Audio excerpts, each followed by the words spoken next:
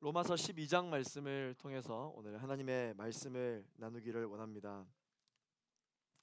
좋은 성적을 거뒀지만 안타깝게 이 16강 전에서 떨어져서 이제 뭐 아예 월드컵에 대한 관심이 좀 없어지셨죠, 그렇죠? 네, 불과 지난주까지만 하더라도 언제 경기냐 그러면서 엄청 찾아보고 그랬었는데 갈렙에서 또 뭉쳐서 본다, 뭐 여러 가지 이런 프로그램도 한다고 월드컵에 열기로 후끈후끈했는데 이제 없어요, 그렇죠? 예, 우리가 떨어져 놓으니까 별로 관심이 없습니다. 이번 주에 이 준결승전이 진행되고 다음 주 월요일이면 이제 결승전으로 선수들이 4년 동안 준비했던 이 월드컵이 끝납니다. 이전에도 그랬지만 이번 월드컵 때문에라도 뉴스만 틀면 정말 많이 들렸던 단어가 있는데 월클이라는 단어입니다. 그래서 원래 월클이라는 얘기를 들었던 사람들은 역시 월클이었다, 명불허전이었다라는 그러한 보도가 나오기도 하지만 또 새로운 신예들의 등장으로 인하여 이 선수 월클의 반열에 다시 드나, 어떤 그런 신의 영역에 적합한 선수이냐, 등등 여러 가지 그러한 소식들이 들리고 있습니다. 그뿐만 아니라 이 월클이라는 말이 굉장히 우리 청년들 사이에서도 인기가 많아서 조금만 어떤 분야에서 두각을 나타내면은 월클이라는 단어가 붙게 됩니다.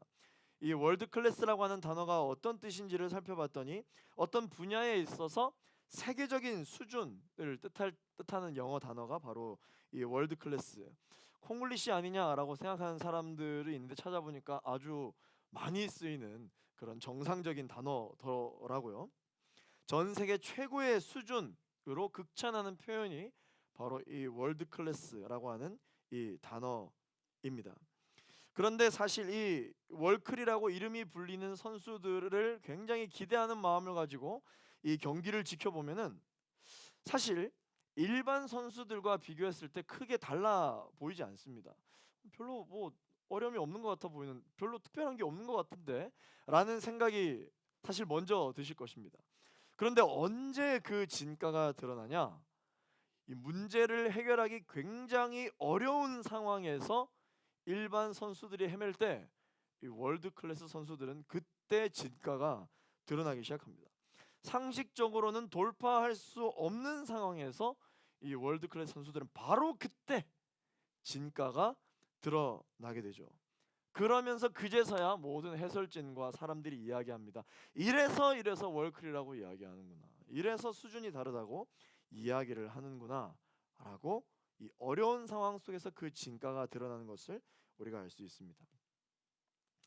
신앙생활은 믿음의 경주다라고 이야기를 합니다. 우리가 살아가고 있는 이 세상은 시합과 같은 거예요. 사실 예수를 믿는 사람이건 믿지 않는 사람이건 이 세상을 살아갈 때 크게 일반적인 상황에서는 다른 모습을 보이지 않습니다. 그러나 이, 이 세상을 살아가는 모든 사람들은 어려운 상황 속에서, 상식적으로 돌파하기 어려운 상황 속에서 그 사람마다 어디에 기준을 두고 사느냐에 따라서 이 결과가 완전히 달라지는 모습을 우리도 확인할 수 있어요. 우리는 예수를 믿기 때문에 신앙생활이라는 것을 하면서 이 세상을 살아가는 사람들이시잖아요. 그런데 이 신앙생활에도요, 이 영적인 생활에도 수준이 있습니다. 수준이라는 것이 있어요. 이 예배를 잘 드리는 사람, 기도 잘하는 사람, 전도 잘하는 사람 따로 있죠. 이렇게 우리가 하고 있는 이 신앙생활에도 수준을 나타내는 영역들이 있습니다. 여러분들은 이 신앙생활을 할 때 특별히 어떤 부분에서 여러분 은사를 나타내시나요? 하나님께서 여러분들에게 많은 부분들이 있지만 신앙생활의 영역 중에서 무엇을 가장 잘하냐라고 물어보시면 여러분들은 하나님께 뭐라고 말씀을 하시겠습니까? 오늘 본문 1절 말씀을 우리 같이 한번 읽어보겠습니다. 시작. 그러므로 형제들이여, 내가 하나님의 자비하심으로 여러분에게 권합니다. 여러분의 몸을 하나님께서 기뻐하시는 거룩한 산 제물로 드리십시오. 이것이 여러분이 드릴 영적 예배입니다. 자, 월드 클래스의 수준의 신앙생활을 하는 사람들은 어떻게 하는 것이냐? 오늘 본문 1절 말씀 가운데 말씀이 가르쳐 주고 있습니다. 이 예배에도 수준이라는 게 있거든요. 우리가 매일 하는 이 큐티에도 수준이 있고 기도에도 수준이 있습니다. 우리 갈렙 공동체 예배하는 공동체인데 이 갈렙 공동체의 예배의 수준은 여러분 어느 정도 된다고 보십니까? 갈렙 공동체의 예배 수준이 어느 정도 된다면 그 공동체의 일원으로서 함께 신앙생활하고 있는 여러분들의 예배의 수준은 어떻다고 생각하십니까? 분명한 것은 하나님께서 어떠한 수준의 예배이건 하나님께서는 그 예배를 받으시는데 이 예배의 수준이라는 것이 있다라는 거예요. 그럼 나의 예배의 수준은 어느 정도일까요?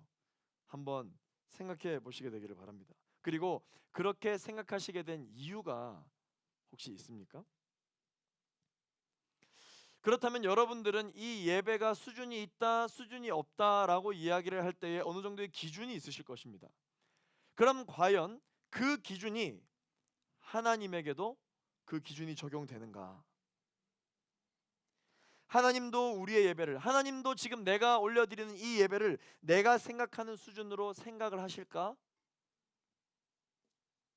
질문을 던져보았으면 좋겠어요. 우리 각자 사람들마다 하나님께서 기뻐하시는 예배와 내가 드리고 있는 이 예배의 수준을 판단하는 그 기준이 있으실 텐데, 그래서 예배를 잘 드리고 싶으실 텐데, 찬양을 잘하고 싶으실 텐데, 기도를 잘하고 싶으실 텐데, 놀라운 것은 하나님께서 말씀을 통해 뭐라고 이야기하시냐면은 사람들이 예배할 때 전혀 부족함이 없는 완벽한 예배를 요구하신 적이 단 한 번도 없으시다는 것이죠. 그런데 성경은 말합니다. 하나님께 예배를 드릴 때 하나님께서 기뻐하시는 예배를 드리라.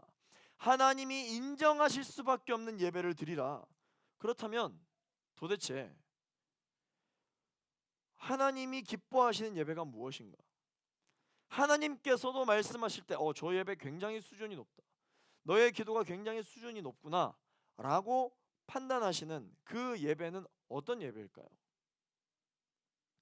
오늘 1절 말씀에서 바로 이 예배는 제물로 드려지는 예배다라고 설명을 하고 있습니다. 제물은 무엇입니까? 여러분, 이 제물은 제단에 바쳐지는 거잖아요. 이 제물에는 특징이 있습니다. 첫 번째, 제물의 특징이 무엇이냐면 제물은 소리 지르지 않아요. 둘째, 제물은 공격적이지 않습니다. 특히 구약 시대 때 이 하나님께 예배를 드리기 위해 제사를 지내기 위해서 제물로 바쳐진 것이 있는데 제일 많이 사용됐던 게 바로 양이라고 하는 이 짐승이죠. 특히 이 양은 제물로서 아주 적합했습니다. 그 조건이 무엇이었느냐? 주인이 제물로 바치기 위해 깨끗하게 오염된 털을 깎을 때 아프지만 그 어떠한 몸부림도 치지 않고 가만히 참습니다. 가만히 참고 그 제물을 자신이 제물로 올려드리죠. 그런데 자신이 제물로 바쳐지는지 알지도 못하면서 왜 내가 선택됐는지 알지도 못하면서 억울해하지도 않습니다. 어떻게 이게 가능할까요? 그냥 힘이 없는 연약한 존재이기 때문에 그런 것일까요? 죽음을 전혀 두려워하지 않는 짐승이기 때문에 그런 것일까요? 아니면 그냥 바보라서 그런 생각을 할 줄 모르는 동물이라서 억울해하지도 않고 소리 지르지도 않고 반항하지도 않고 공격하지도 않고 그런 것일까요? 이 제물의 세 번째 특징이 무엇이냐면 주인을 믿되 절대적으로 믿는다라는 것입니다. 절대적으로 믿는다. 오늘 여기 본문에 보시면은 이것이 여러분이 드릴 영적 예배다. 예배이긴 예배인데 이것이야말로 진정한 영적인 예배다라고 말할 때 이 영적이다라고 하는 거, 이 영적이다라고 하는 단어는 이 영어로 어떤 영어로 쓰이냐면 영단어로 쓰이냐면 로지컬이라고 하는 단어로 쓰입니다. 이 단어를 그래서 직역하면 영적인 예배다. 이 말은 무슨 말이냐면은 논리적으로 완벽한 예배다라는 뜻이거든요. 그런데 여러분, 재물의 입장에서 볼 때는 이렇게 비논리적일 수 없습니다. 재물의 입장에서 보았을 때는 도저히 이해가 되지 않고, 재물의 입장에서 봤을 때는 왜 나인지, 재물의 입장에서 봤을 때는 왜 이 시간인지, 재물의 입장에서 봤을 때는 왜 오늘인지에 대한 도저히 논리적으로 설명할 수 없는 시간이 바로 로지컬 워십이에요. 그런데 이 뜻은 어떤 뜻이냐? 논리적으로 완벽한 예배다. 그 말은 이 예배의 주인은, 예배의 중심은, 예배의 본질은 재물에 있는 것이 아니라 바로 그 예배를 받으시는 분에게 본질이 있다는 것이죠. 재물의 입장에서 봤을 때는 철저히 비논리적인 시간입니다. 그러나 주인의 입장에서 보았을 때, 그리고 그 재물을 받으시는 본질의 입장에서 보았을 때는 완벽한 시간인 것입니다.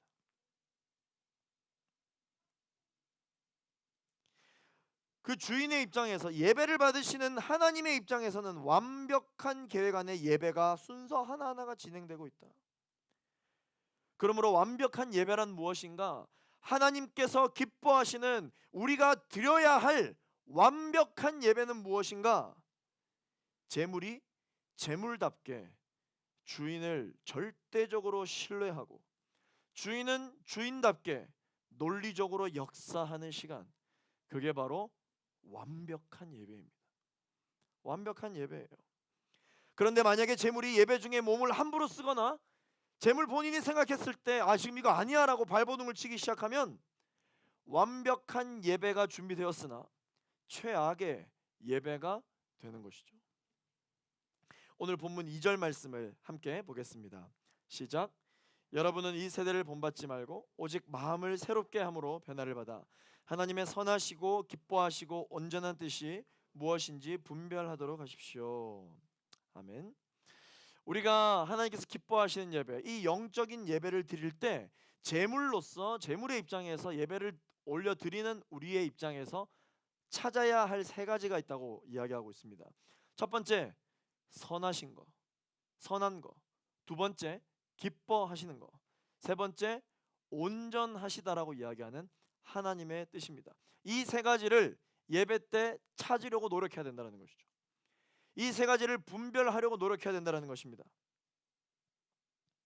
그렇다면 바로 이 성경에서 말하는 선하시고 기뻐하시고 온전하신 하나님의 뜻이라는 것은 무엇일까? 따라하겠습니다. 사랑. 사랑입니다. 선하시고 기뻐하시고 온전하신 하나님의 뜻은 바로 사랑입니다. 오늘 우리가 8절 말씀까지 읽었지만 9절 말씀부터 보시면 하나님의 사람들이 분별해야 하는, 하나님이 기뻐하시고 선하다고 이야기하시며 온전하다고 이야기하는 것이 바로 사랑이다라고 설명을 하고 있습니다. 사랑입니다. 사랑. 세상은 항상 우리에게 어떤 중심으로 이야기하느냐? 세상은 항상 사람 중심의 이야기를 합니다. 사람이 행복한가? 사람이 어떤가? 사람이 뭐라고 이야기했는가? 사람이 어떻게 만족을 누릴 수 있는가? 사람 중심의 이야기가 바로 세상의 메시지입니다. 그러나 우리가 절대적으로 신뢰하는 하나님이 입만 열면 하시는 말씀은 사람 중심이 아니요, 바로 사랑의 메시지입니다. 사랑의 메시지예요. 사랑하는 우리 갈렙 청년 여러분, 여러분들의 인생의 갈림길 속에서 또 무엇을 선택해야 하며 고민하고 계신 우리 청년들이 있으시죠? 여러분, 그 갈림길 속에서 우리가 항상 반드시 분별해서 생각해야 할 것은 사랑입니다.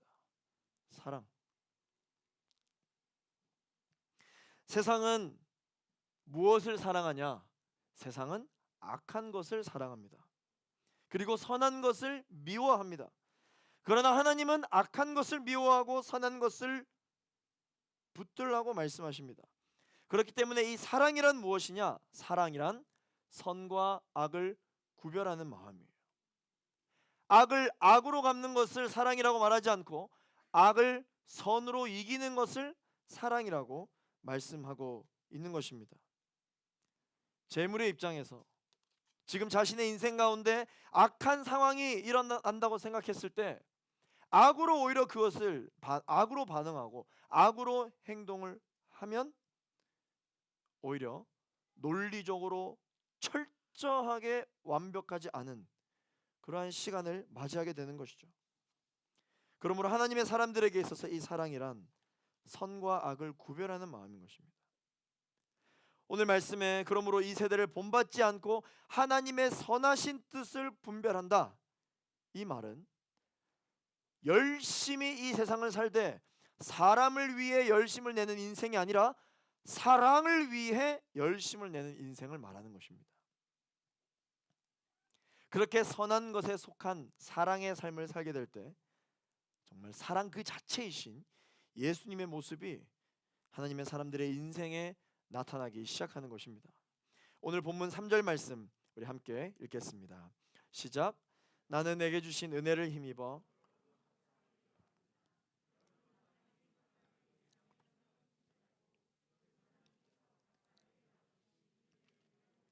분수에 맞게 생각하십시오. 자, 믿음의 분량대로 분수에 맞게 생각하라.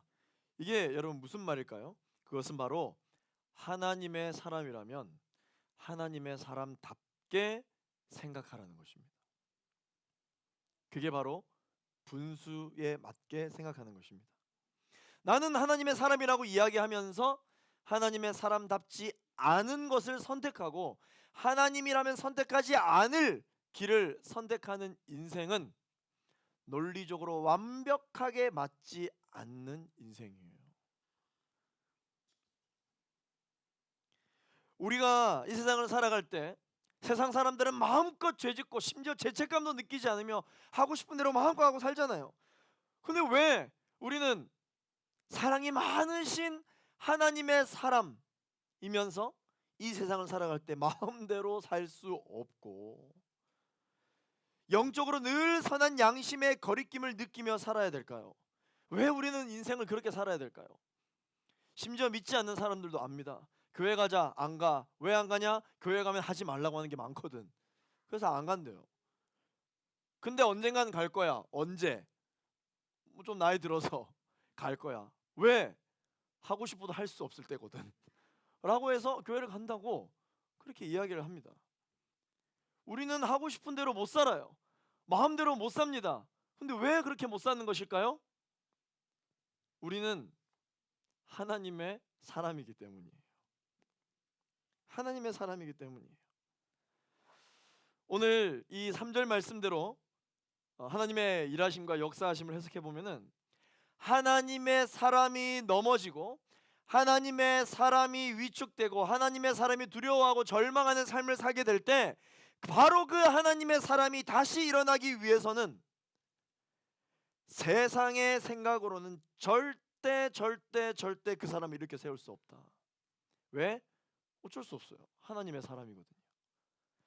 하나님의 사람을 다시 일으키고 세우기 위해서는 오직 하나님의 생각만이, 하나님의 선택만이 하나님의 사람을 일으켜 세울 수 있으며 바로 그 사람의 인생을 만족시킬 수 있다라는 말씀인 것입니다.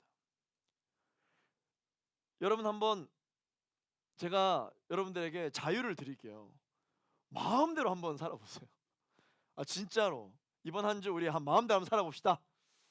마음껏 죄짓고, 네, 그동안 내가 하고 싶었던 말 참고 살았는데 참지 말고 마음대로 한번 살아보고 우리 다음 주 한번 만나봅시다. 크리스마스 칸타타. 네.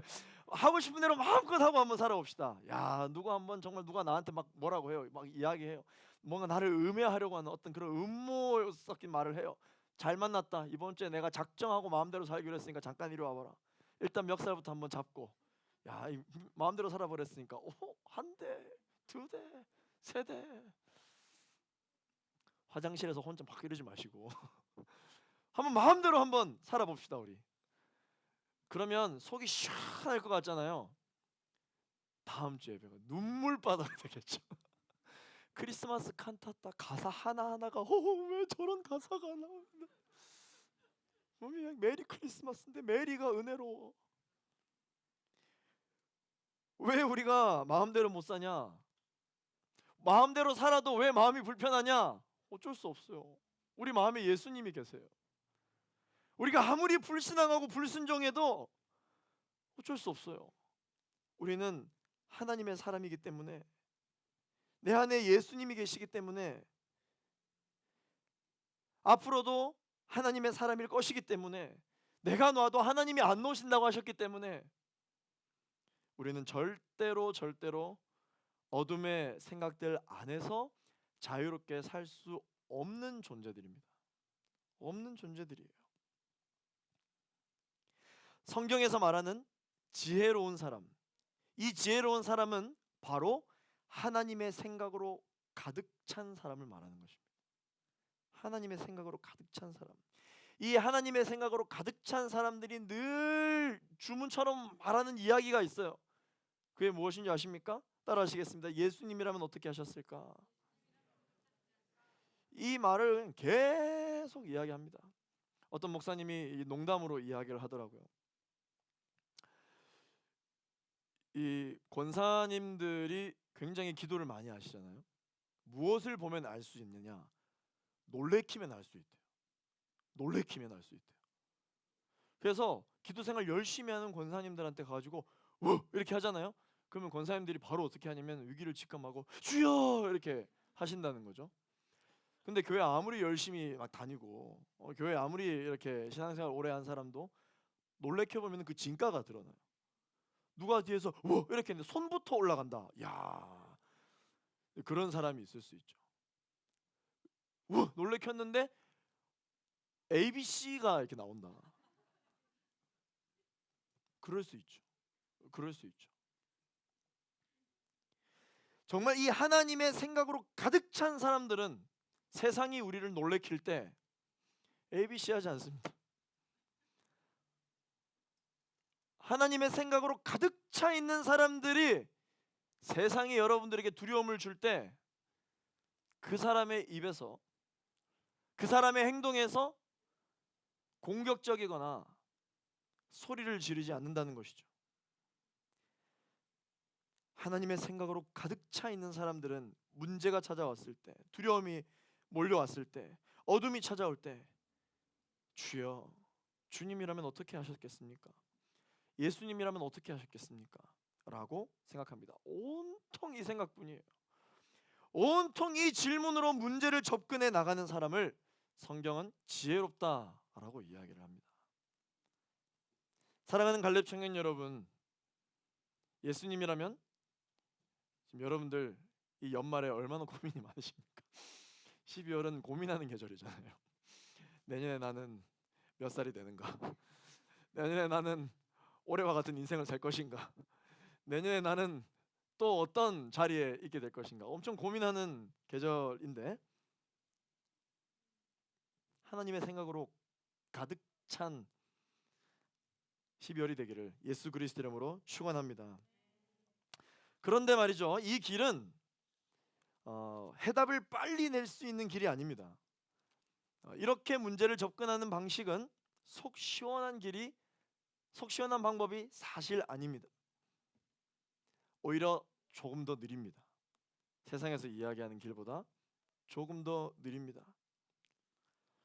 그런데 이 길이, 성경에서 말하는 이 지혜로운 길이 심지어 결코 넓은 길이 아닙니다. 아주 좁은 길입니다. 가시가 많은 길이에요. 포장되어 있지 않고 아주 불편한 길입니다. 우리는 문제를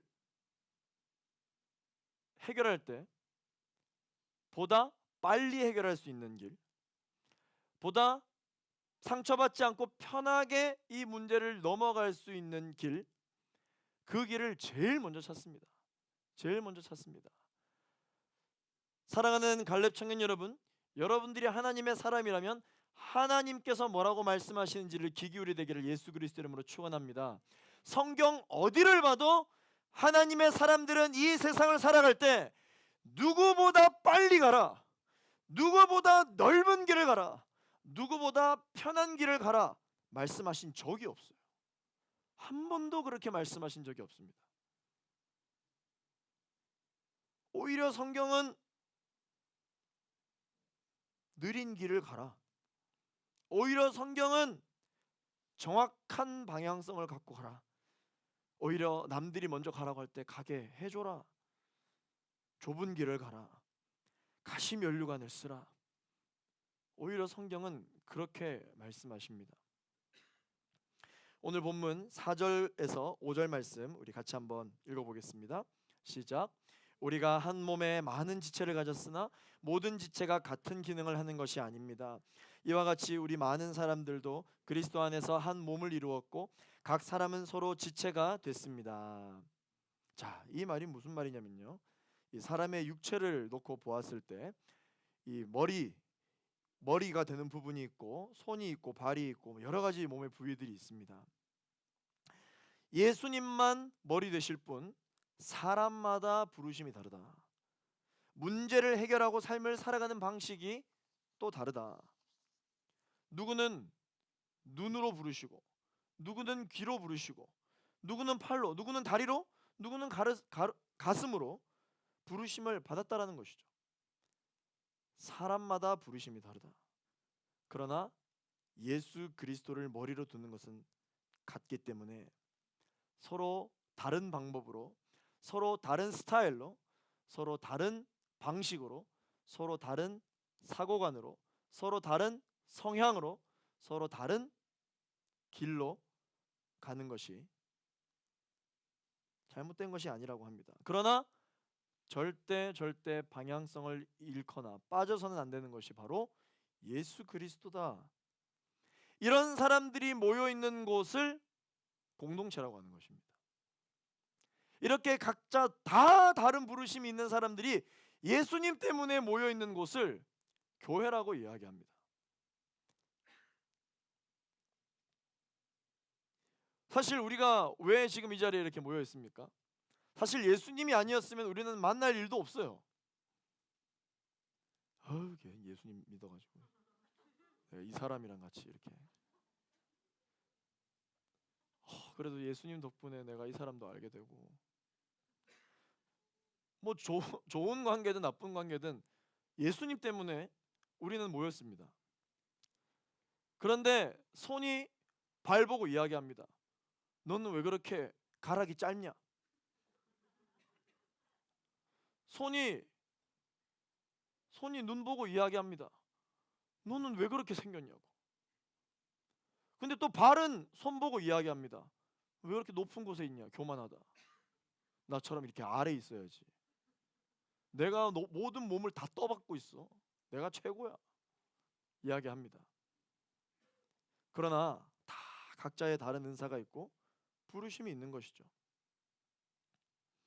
제가 신학대학원에서 신대원 공부를 하면서 제일 마음이 어려웠던 게 뭐냐면 교회에 분란이 있는 거, 교단끼리 싸우는 거.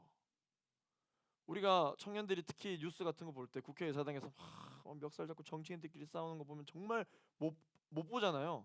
화가 나서 못 보잖아요. 그럼 교회에도 근데 그런 일들이 있잖아요. 교회에도 서로가 서로의 입장 차이 때문에 싸우고, 사실 우리 대한민국에만 해도 교단이 엄청 많아요. 뭐 교단에 관심이 없는 사람들은 잘 모르시겠지만 교단의 종류가 엄청 많습니다. 우리 온누리교회처럼 대한예수교 장로회 통합측 교단의 교회가 있고, 이 대한예수교 장로회 안에 또 합동축도 있고 대신축도 있고 영신도 있고 엄청 많아요. 왜 이렇게 많아진 줄 아세요? 서로의 입장 차이 때문에 갈라선 것이죠. 대한예수교 장로회뿐만 아니라 우리나라에 장로교단이 많아서 그렇지 외국에 나가보세요. 장로교단보다도 또 많은 교단이 있습니다. 침례교도 있네. 감리교도 있네요. 감리교는 갔더니 권사님이 남자네. 감리교를 갔더니 목사님 위에 감독님이 계시네. 뭐가 맞는 거지? 뭐가 다른 거지? 침례교를 갔더니 세례를 그냥 아예 퐁당 빠뜨려 버리네. 우리 온누리교회 얼마나 젠틀하게 탁탁탁 딱 좋은데 왜 그렇게 다르게 하는 것일까? 교단이 너무 많은 거예요.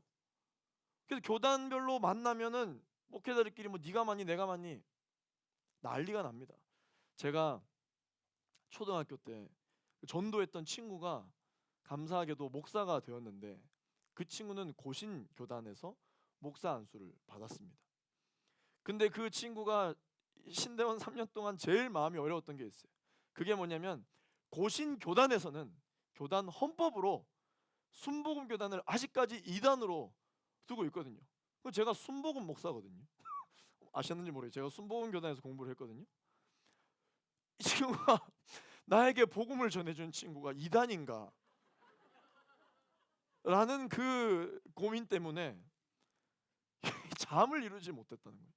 그럼 내 복음은 어디서부터 가짜였다는 것인가? 하나님께서 나를 불러주신 이 부르심은 맞았나 잘못했나? 내 인생은 어디서부터 꼬이기 시작했나?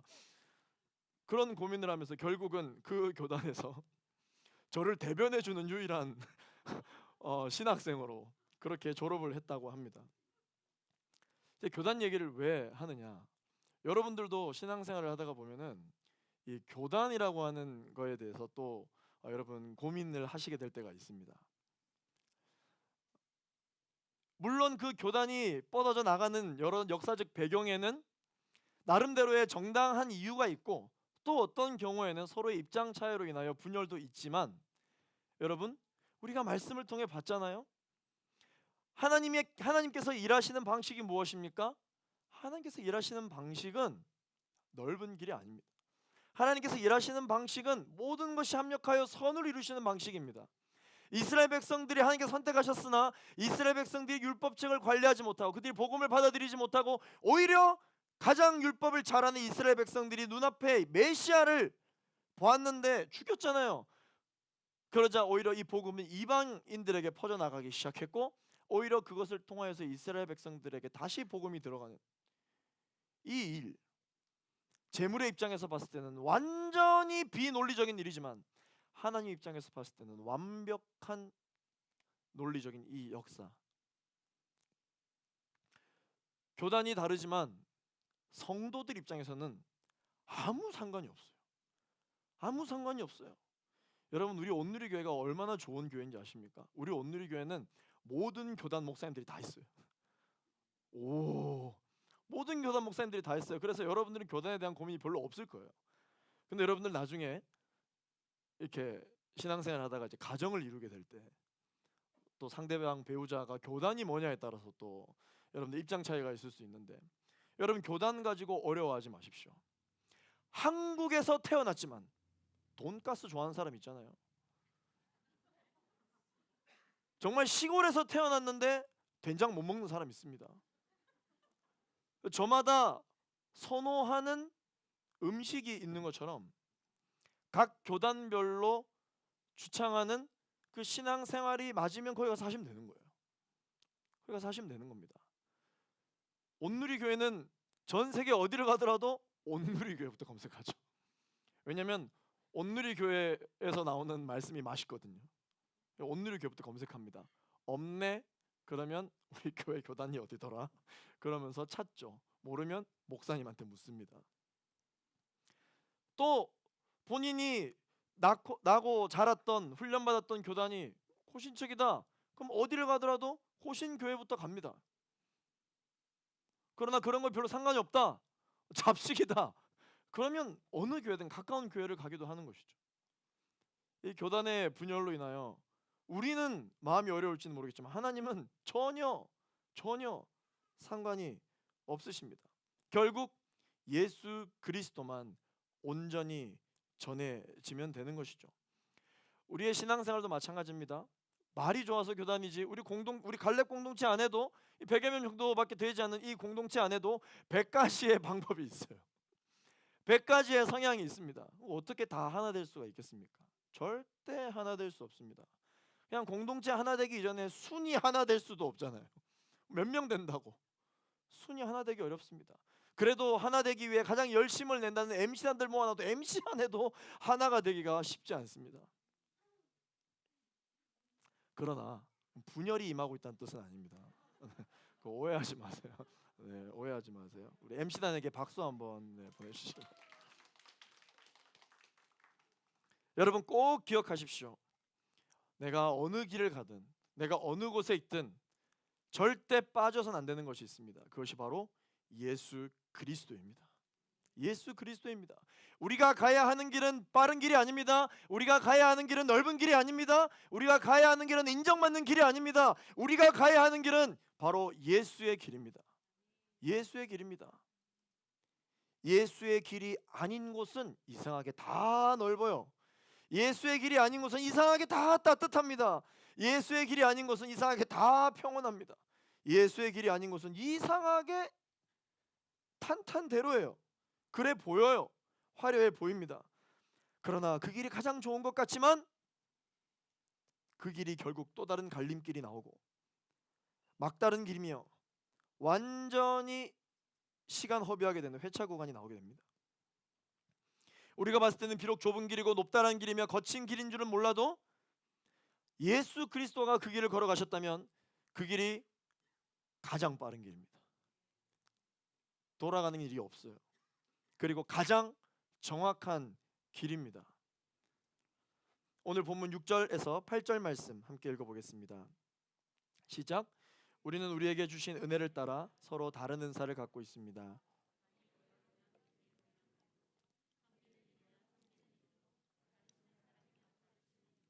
권면하는 사람은 권면하는 일로, 구제하는 사람은 순수한 마음으로, 지도하는 사람은 부지런함으로, 긍휼을 베푸는 사람은 기쁜 마음으로 해야 합니다. 아멘. 하나님이 길을 가르쳐 주고 계세요. 사람들에게는 다양한 영적인 은사와 부르심이 있는데 특별히 뭐 여러 가지가 있잖아요. 예배 있고요, 구제, 봉사, 말씀, 선교, 전도, 찬양, 여러 가지 신앙생활의 형태들이 있습니다. 그 중에서 말씀을 가까이 하는 걸 좋아한다. 여러분 죄송한 말씀이지만 말씀 별로 안 좋아하는 사람도 있어요. 말씀보다 찬양도 좋아하는 사람이 있습니다. 말씀이 다다 이렇게 되면 또 이제 분열이 싹 트는 거예요. 여러 가지가 다 좋지만 그 중에서 특별히 말씀을 좋아하는 사람이 있습니다. 그렇게 말씀을 가까이 하는 사람들은 말씀 때문에 그들의 신앙 가운데 흔들리지 않는 믿음이 주어지는 것입니다. 섬기는 사람이 있습니다. 섬기는 사람은요, 오히려 섬길 때는 채워짐이 없고 안 섬길 때 채워지 있을 거라 생각하죠. 섬기는 사람은 섬기는 일로 체험받는 하나님의 은혜가 가장 완벽한 체험이 경험되어지는 것입니다. 가르치는 사람에게는요, 가르칠 때 하나님의 은혜가 주어지는 것입니다. 권면하고 공감해주며 상담해야 되는 사람들은 바로 그 일로 위로를 얻는 것입니다. 저는 목사입니다. 저는 갈렙 청년부에서 설교를 하는 사람입니다. 그런데 제가 갈렙 청년부의 이 예배, 이 주일 4시의 시간은 저에게는 아웃풋하는 시간, 사역하는 시간, 그냥 다 이렇게 모든 걸 다 소진하는 시간. 그래서 제가 뭐 다른 예배 가서 체험을 엄청 받아서 갈렙 와서 막 해요. 그럴 수 있잖아요. 그런데 여러분, 저는 언제 가장 많은 은혜를 받아야 되는 사람이냐? 갈렙 예배 때 가장 은혜를 많이 받아야 되는 사람입니다. 설교할 때 제가 제일 많이 은혜를 받아야 되는 사람입니다. 여기서 아웃풋이 제일 많이 되는 시간이 아니라 이 시간이 저에게는 가장 많은 채우심과 가장 많은 인풋이 되는 시간입니다. 여기에 생수가 있습니다. 적어도 저한테는, 적어도 저에게는. 하나님이 그러라고 불러주신 거거든요.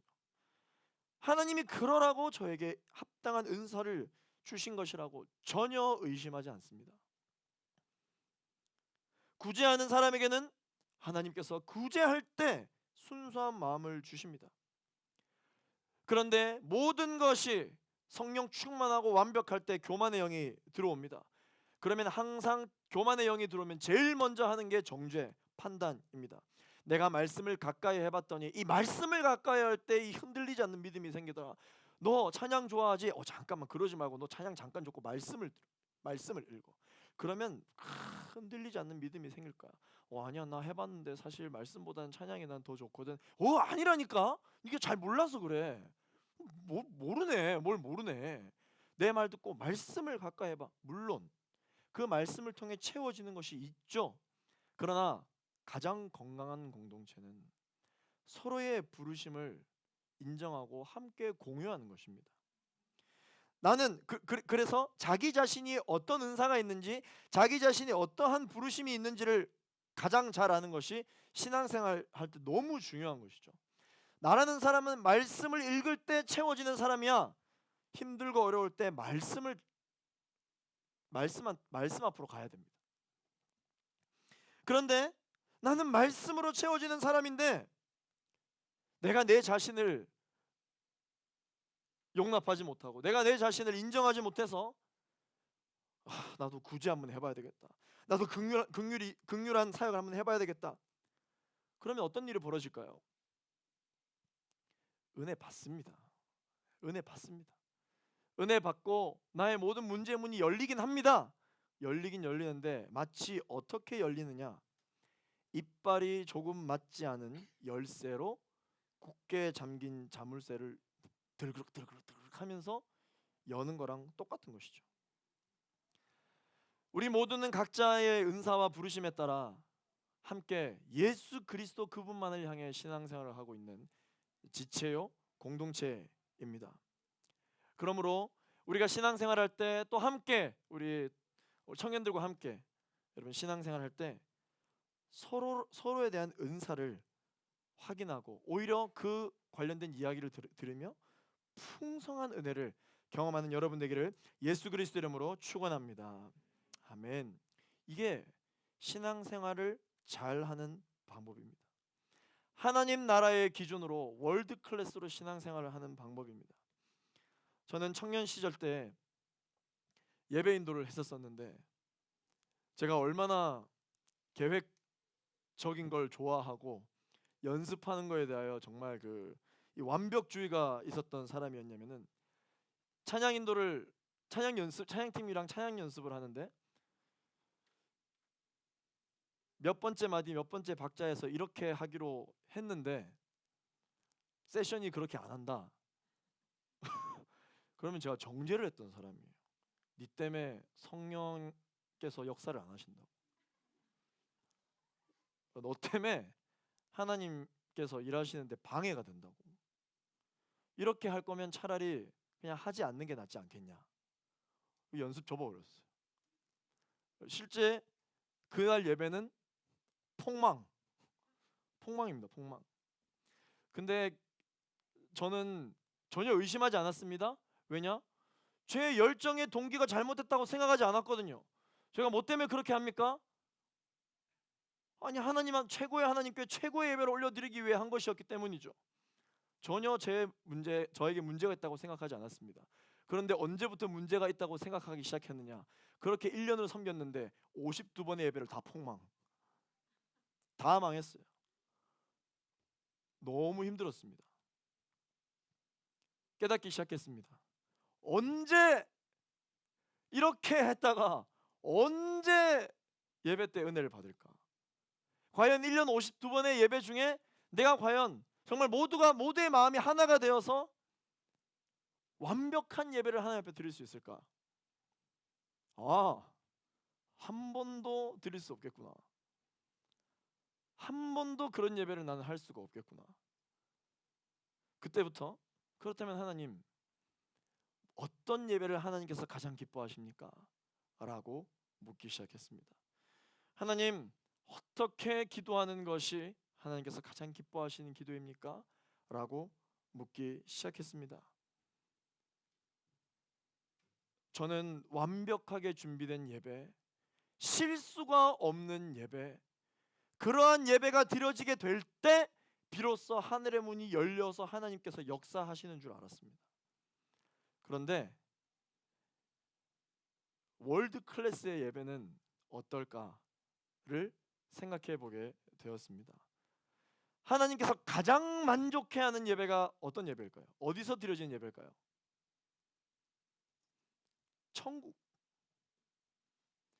천국에서 365일 24시간 드려지는 그 예배가 그 어떤 예배보다 완벽한 예배가 아니겠습니까? 그 어떠한 찬양보다도 실수가 없는 완벽한 찬양 아니겠어요? 누가 설교할지 이야 기대되지 않습니까? 누가 예배 인도를 할지 천국에서는 누가 예배 인도를 할까요? 다음 주 크리스마스 칸타타 파이팅 파이팅. 크리스마스 성탄절 예배 때 천국에서는 어떤 찬양팀이 칸타타를 준비할까요? 그 지휘자는 누구일까요? 모차르트? 베토벤? 아니면 다윗? 정말 탁월한 사람들이 예배를 기획해 나갈 것입니다. 누가 하는지는 우리는 알 수 없지만 가장 완벽한 예배, 가장 풍성한 예배, 가장 최고의 예배를 하나님께서는 365일 24시간 매일 받으시고 계세요. 그분이 지금 우리의 예배를 받으시는 하나님이신데 우리가 그 몇 명 모여서 그 1분 1초 뭐 얼마나 그 탁월하게 한다고, 우리가 사성부 합창하면 완벽하다고 생각하는데 천국에서는 한 4천부 합창을 하지 않을까요? 그런 귀를 가지고 계신 하나님이 우리가 뭐 얼마나 완벽한 화성으로 한다고 하나님의 마음을 감동시킬 수 있을까요? 얼마나 많은 사람이 모여 하나님께서 만족해 하실까요? 하나님께서 기뻐하시는 예배는 그런 예배가 아닙니다. 하나님께서 기뻐하시는, 하나님께서 흡족해 하시는 완벽한 예배는 거룩한 산 제물로 드리는 예배입니다. 우리의 마음의 중심으로 드리는 예배, 그 예배가 하나님께서 가장 기뻐하시는 예배입니다. 몇 주 전에 여기 앞에서 우리 차세대 어린 영혼들이, 우리 형제 자매님들이 여기 앞에서 특손을 했잖아요. 너무 아름다웠잖아요. 너무 귀여웠고 마음이 막 눈 녹듯이 녹아요. 뭐 그런 사람들도 있었습니다. 왜요? 그 차세대 어린 영혼들이 완벽한 동작을 했습니까? 엉망진창이었잖아요. 센터는 잘하더라. 왜 센터인지 알겠더라고요. 그 차세대 애들의 표정은 어땠습니까? 정말 우리가 받은 은혜와 비례될 정도로 아이들 눈에서 막 감동이 있었나요? 시키니까 하지. 아유, 앞에 선생님 고생 많으시네. 같이 해주죠. 근데 왜 우리는 은혜로웠을까요? 왜 우리는 감동적이었을까요? 그 마음의 중심이 우리에게 감동으로 왔기 때문입니다. 그 마음의 중심. 오늘 12월 11일 우리 갈렙 공동체 주일 예배, 어떻게 예배를 드리는 것이 하나님께서 가장 기뻐하시는 예배일까요? 어떻게 예배를 드리는 것이 완벽한 예배일까요? 마음을 주님 앞에 드리는 예배입니다. 하나님, 당신이면 됩니다. 하나님 한 분이면 됩니다. 다른 그 어떤 것보다도 주님이면 충분합니다. 그 마음의 예배를 하나님께서 가장 기뻐하시는 것입니다. 사랑하는 갈렙 청년 여러분, 우리의 예배는 비록 연약하지만 거룩한 욕심이 있으십니까? 하나님께서 가장 기뻐하시는 예배를 드리는 사람이고 싶다, 하나님께서 가장 흡족해 하시는 예배를 드리는 사람이고 싶다 라는 거룩한 욕심이 있으십니까? 만약에 하나님이 탁월한 예배를 받으시는 분이셨다면 우리는 절대 불가능합니다. 평생에 아무리 노력해도 그런 예배를 할 수 없습니다. 그런데 우리는 하나님께서 가장 기뻐하시는 예배를 드릴 수 있습니다. 전 세계 최고로 하나님을 기쁘시게 하는 예배를 드릴 수 있습니다. 지금도 그런 예배를 드릴 수 있어요.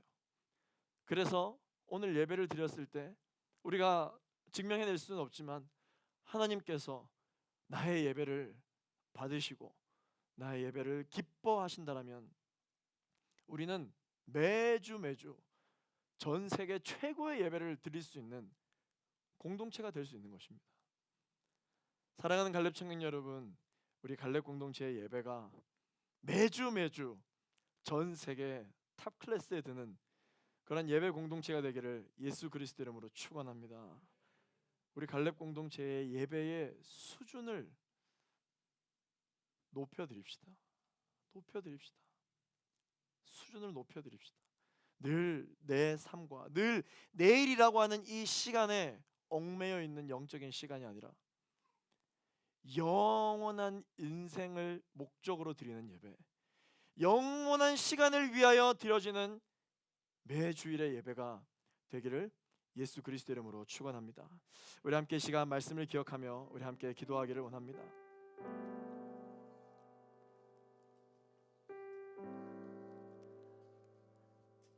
하나님께서는 수많은 교회가 있고 수많은 예배자가 있으며 이 온누리 교회만 하더라도 매주일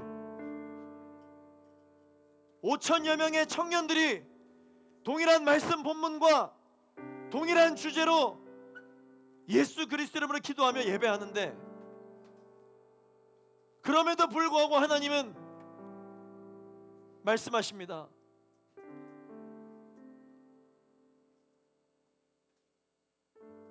신령과 진정으로 예배하는 자를 찾는다고 말씀하십니다.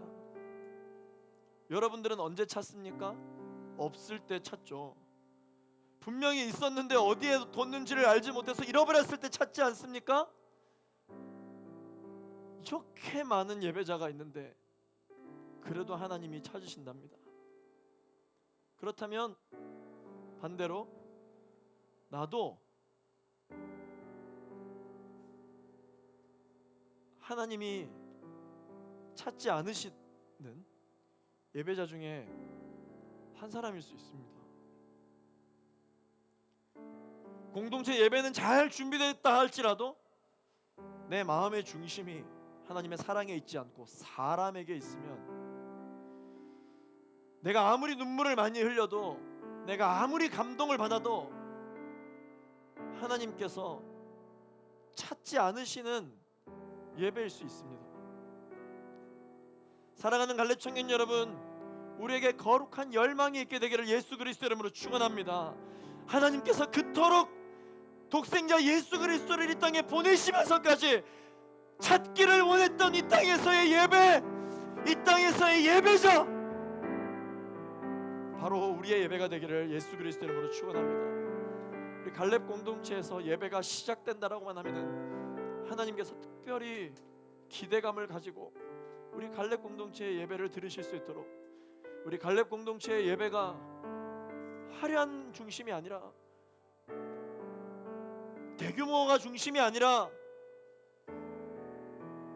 한 사람이 하나님의 마음을 움직이고, 한 사람의 기도가 하나님의 마음을 시원케 하며, 한 사람의 기도가 나라와 민족을 향한 하나님의 마음을 바꿀 수 있는 그러한 예배, 그러한 기도가 올려드려지게 되기를 예수 그리스도 이름으로 축원합니다. 나의 예배는 연약하지만 세계 최고의 예배가 될 수 있어요. 나의 기도는 화려하진 않지만 세계 최고의 고백이 될 수 있습니다. 그러한 예배를 주님 앞에 올려드리기를 간절히 사모하는 거룩한 열망과 거룩한 천국 소망과 그 거룩한 욕심이 있기를 원하는 우리의 예배가 되기를 예수 그리스도 이름으로 축원합니다. 사람이 많아서 들어갈 수 없는 곳이 상식이라면 지붕을 뚫어서라도 예수님 앞에 친구를 내려놓았던 그 믿음 좋은 친구들의 열정처럼, 두 다리를 걷지 못해 수많은 군중을 파헤치고 예수님 앞에 나아가지 못해도 내가 사람에게 오늘 밟혀 죽을지언정 예수님의 그 바짓가랑이, 예수님의 그 옷자락이라도 내가 만지면 내 삶이 변화될 것이라고, 내 삶이 치유함을 얻을 거라고 거룩한 열망을 가졌던 그 환자처럼 오늘 우리는 세계 최고의 예배를 드리겠다는, 하나님께서 기뻐하신 예배를 드리겠다는 거룩한 열망이 내 안에 있는가? 거룩한 욕심이 있는가? 나라와 민족을 바꾸는 기도는 위인들이나 하는 것이요, 목사들이나 하는 것이요, 위정자들이나 하는 것이지 나의 연약한 기도 뭘 하겠는가라는 오히려 참소하는 마음이 우리의 마음 가운데 있지 않습니까? 하나님은 적어도 우리의 예배를 받으시는 하나님은 그렇게 일하시는 분이 아닙니다. 하나님은 그런 예배를 받으시는 분이 아닙니다. 하나님은 어떤 예배를 받으시느냐? 하나님 한 분이면 만족하는 사람의 예배, 하나님 한 분이면 충분하다고 고백하는 사람의 예배를 받으시는 하나님이십니다. 나의 영혼이여 주님 한 분만으로 만족할지어다. 나의 영혼이여 주를 송축할지어다. 우리 주님을 기뻐하시는, 우리 주님이 기뻐하시는 예배가 우리의 입술로부터, 우리의 두 손으로부터, 우리의 모든 공동체로부터, 우리의 모든 시간으로부터 선포될지어다. 하나님 기뻐하시는 예배, 하나님께서 찾으시는 예배, 거룩한 제물로 선 제사를 올려드리시는 하나님께서 기뻐하시는 예배를 올려드리게 해달라고 우리 시간 주여 한 번 부르시고 기도하겠습니다.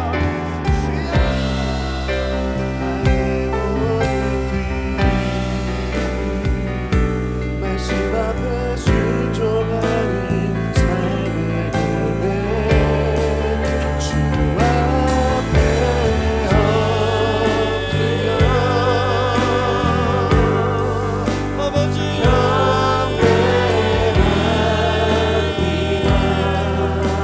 아버지 우리의 성김이, 우리의 예배가, 우리의 묵상이, 우리의 선포가, 우리의 고백이 하나님 한 번만 높여드리는 고백이 되게 하여 주옵소서. 하나님 한 번만 높여드리는 고백이 되게 하여 주옵소서. 하나님 아버지, 하나님 아버지, 하나님 하나님 것이 없는 하나님께서 찾으시는 예배를 올려드리는 예배자가 되기를 원합니다. 하나님의 마음을 만족시키는 예배자가 되기를 원합니다. 아멘, 아멘. 말씀 앞에 순종하는 삶의 예배, 주 앞에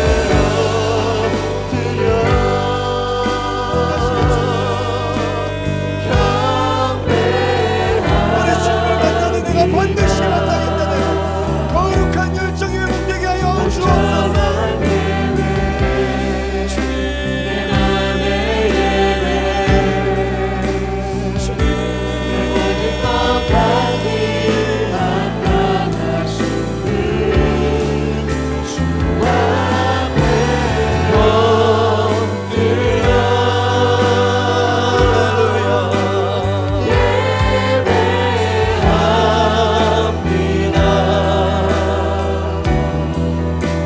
나의 모든 삶, 나의 모든 뜻, 말씀 앞에 순종하는 삶의 예배 드리길 원하네. 우리 한 번 더 이 시간 기도하며 나아갈 때 하나님 아버지 우리에게 선과 악을 분별할 수 있는 영적인 통찰력을 허락하여 주옵소서. 이 세대를 본받지 아니하고 하나님의 사랑으로 선과 악을 구별해내는 영적인 분별력을 우리에게 허락하여 주옵소서. 하나님, 삭개오가 예수님을 만나기를 간절히 사모했던 그 예배를 기억합니다. 사람들에게는 단 한 사람에게도 인정받지 못했던 육체적인 연약함뿐만 아니라 심지어 그가 눈 뜨면 눈을 감을 때까지 했었던 그 일들조차도 인정받지 못했던 삭개오의 하루에도 내가 오늘 하루 그 예수님을 보리라, 그 예수님을 만나보리라 라고 하는 그 열정으로 그의 인생의 완전한 변화를 경험했던 것처럼 이스라엘 백성을 출애굽시키고 하나님과 얼굴을 대면하였던 모세도 사람을 쳐 죽인 살인자였음에도 불구하고 절대로 하나님 앞에 쓰임받을 수 없었던 존재였음에도 불구하고 타지 않는 떨기나무를 경험하였으며 홍해를 가르는 하나님의 귀한 역사심에 쓰임받았던 사람이 되었던 것처럼 가늠하고 헐벗은 여자의 몸을 탐했던 다윗도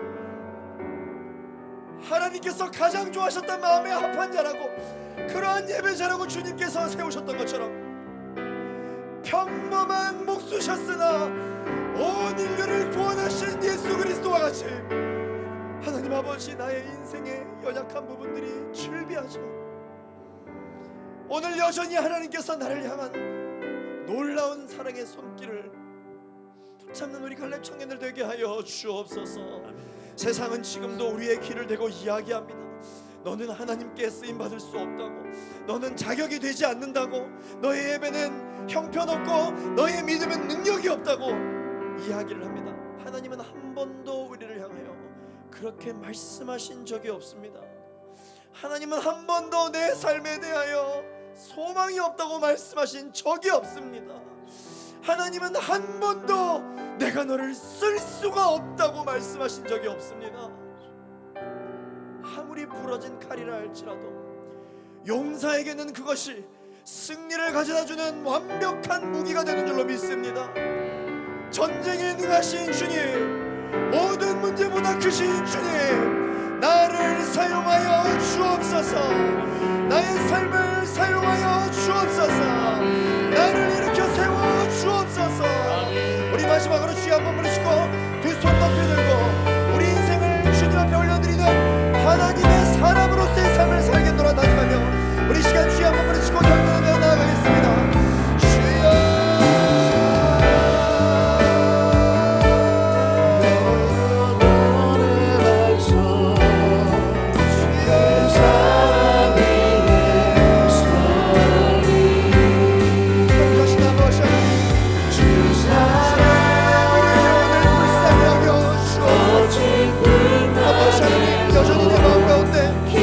살아있는 작은 불씨가 있습니다. 아버지는 이 불씨를 통해서도 하나님 모든 큰 산을 태우실 수 있는 모든 아버지는 산보다 모든 불보다 크신 주님이신 줄 믿습니다. 전쟁에 능하신 주님이시여, 이 시간 하나님의 그 이런 오른손으로 아버지 나를 일으켜 세워 주옵소서. 하나님의 사람들이 일어날지어다. 하나님의 청년들이 일어날지어다. 하나님의 공동체가 일어날지어다. 아멘.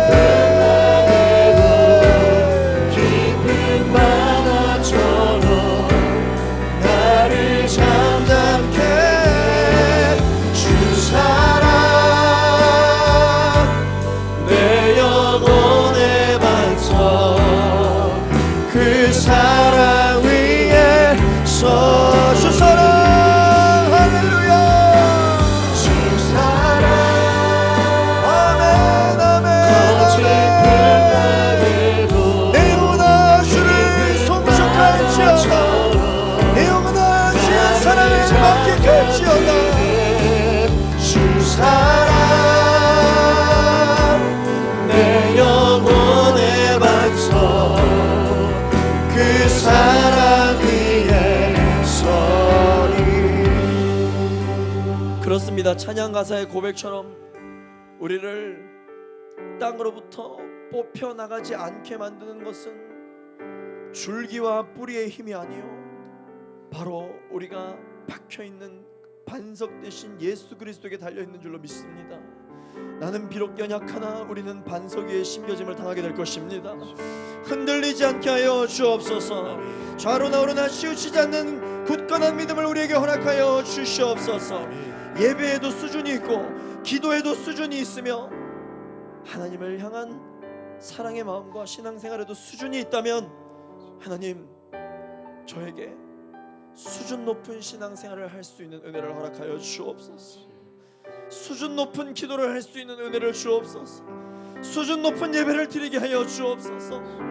그렇게 주의 임재 안에 진정한 자유함을 누리는 하나님의 사람들과 하나님의 청년들이 갈렙 공동체를 통하여 일어나게 하여 주시옵소서.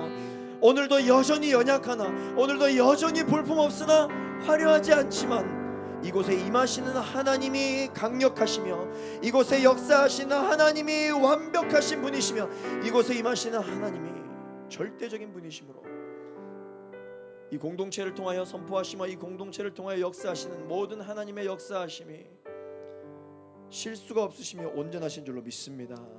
그렇게 오늘도 새 일을 행하시는 주님께 감사드리며 예수 그리스도의 이름으로 기도합니다. 아멘. 우리 하나님께 영광의 박수를 드리시겠습니다. 여전히 연약한 우리의 삶을 통하여 새 일을 행하실 주님을 찬양합니다. 하나님 임하여 주옵소서. 주님 역사하여 주옵소서. 또다시 우리에게 하나님의 권능을 우리에게 부어 주옵소서.